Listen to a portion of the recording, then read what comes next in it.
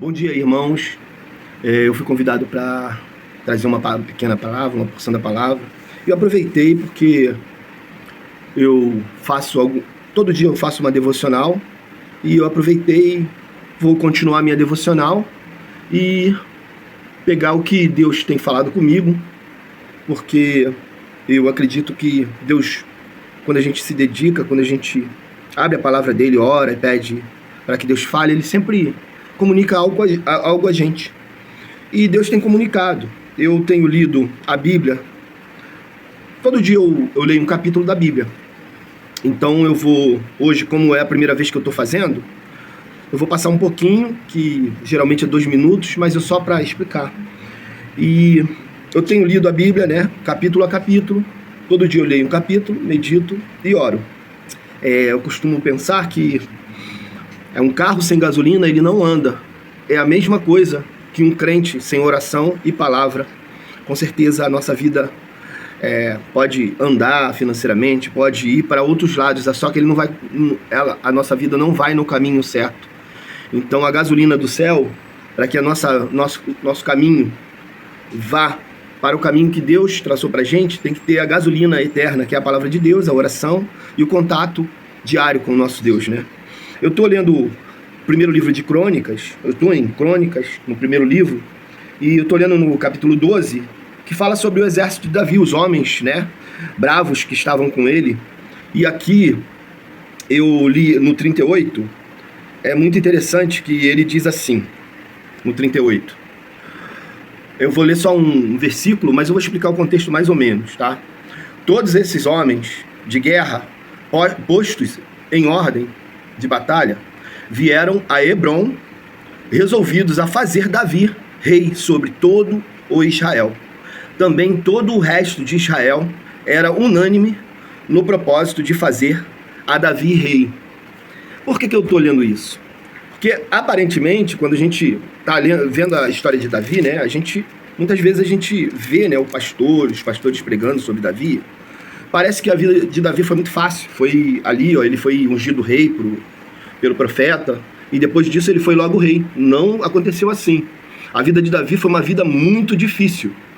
Muito por motivo dele mesmo, né, dele entender que ele era uma pessoa que precisava, talvez a concepção dele, né, da espiritualidade, por ele não tomar parte, né, isso é a interpretação própria minha, né, ele entender que Saul ainda era rei, que ele não poderia usurpar o reino, então ele demorou a ser rei por causa disso, e por motivos próprios também, por ele ter que conquistar muitas situações que aconteceram ali. Então, provavelmente, assim, existe algumas, quando a gente lê a palavra de Deus, a gente vê algumas datas, então a gente, no somatório, pode ter levado 30 anos, até um pouquinho menos ou um pouquinho mais, para Davi ter sido rei de todo Israel, né? Porque ele foi rei em algum lugar, em algumas cidades, e depois em todo Israel. Ele só conseguiu ser rei depois de muitos anos que ele havia sido prometido lá pelo profeta. Então, por que eu estou falando isso? Porque a gente hoje, é muito imediatista, a gente quer as coisas muito rápido.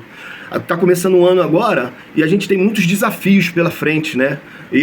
Por exemplo, eu estou falando de mim, eu tenho muitos desafios, tenho muito estudo, muito trabalho, muitas coisas que eu estou projetando. No início do ano é muito fácil, né?